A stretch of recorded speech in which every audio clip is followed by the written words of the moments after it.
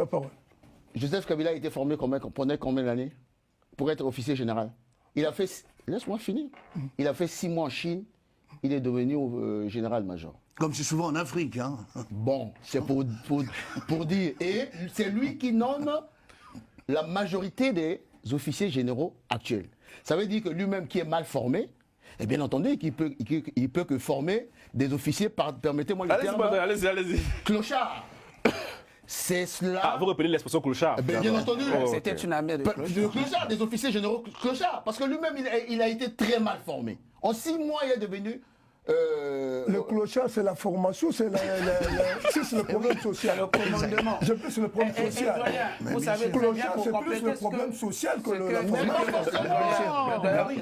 C'est plus le C'est un social. problème de commandement de manière générale. De manière générale. Pourquoi je le dis? Parce qu'il y a beaucoup d'officiers généraux qui sont riches, hein, qui ne sont pas pauvres. Mon cher doyen, vous connaissez bien l'imbroglio qu'il y a eu lieu entre Je veux être factuel. Est-ce que vous répondez à la question? Le doyen a affirmé que c'est une forme de naïveté, cette chute. Est-ce que vous reprenez ces propos, monsieur? Je recule le terme naïveté. Allez-y et justifiez. Je suis revenu sur ça. Tiwewe, le chef d'état-major, a été formé et fait général plusieurs étoiles avec Tshisekedi, mais c'est un officier général qui a été nommé par Joseph Kabila.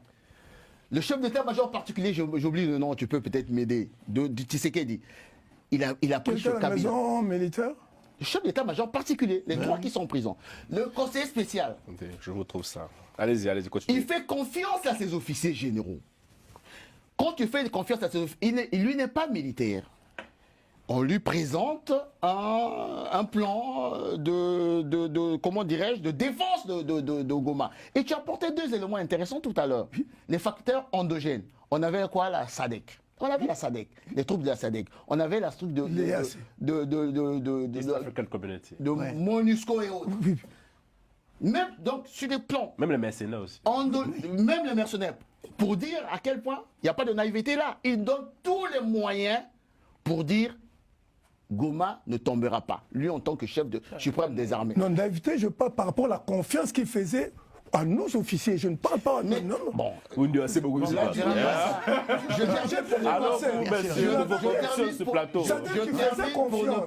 termine on passe à autre chose. Il faut qu'on écoute la fameuse nuance de la naïveté. Et ça, je peux l'accorder. Mais quand tu arrives en tant que chef de l'État, tu ne peux pas venir dire toute l'armée, vous mettez à côté. Non, il y a la continuité de l'État. Tu fais confiance. Vous êtes un politicien, vous aspirez à des fonctions. Oui. Donc quand vous arrivez au pouvoir, votre armée, même si elle est défaillante, vous regardez. Non. Le problème, c'est pas que tu arrives, tu dis que l'armée est défaillante, vous la connaissez avant, parce que de l'extérieur, Bien sûr. Vous vous préparez avant de prendre la fonction. Non. Vous ne connaissez pas le corps de la... Non, ce que vous avez oublié une chose, c'est que la fameuse armée de Kabila, il est resté 18 ans. Mais cette armée, mon doyen, on sait très bien qu'elle est infiltrée des puits. Même vous, en tant qu'analyste, vous la connaissez de l'extérieur. Vous la connaissez très bien. C'est pour ça que vous êtes très suivi. Tout à fait. J'imagine que le président, qui est quand même, qui a une équipe de campagne, qui a étudié la géopolitique, qui a étudié son armée, savait très bien à qui il avait affaire. Mais ça dit qu'il savait que l'armée était infiltrée. Sinon, c'est un stagiaire à la tête de l'État. C'est compliqué. Attends, Karim, il savait que l'armée était infiltrée. Mais la difficulté, c'est quoi? Je vais vous dire que la bascule, c'est à la fin de la coalition FCC. Mais c'est ça, donc vous faites ma thèse. Donc s'il n'y avait pas eu tout ça, il n'y aurait pas eu de réforme de l'armée. Mais c'est lui qui est le chef de l'État. Il ne pouvait pas accepter que son pays soit le vassal de Kagame continuellement. Et une fois qu'il change de paradigme, il sait qu'en face, on va l'attaquer. Là, nous sommes en train de parler, Tshisekedi ne serait pas en vie.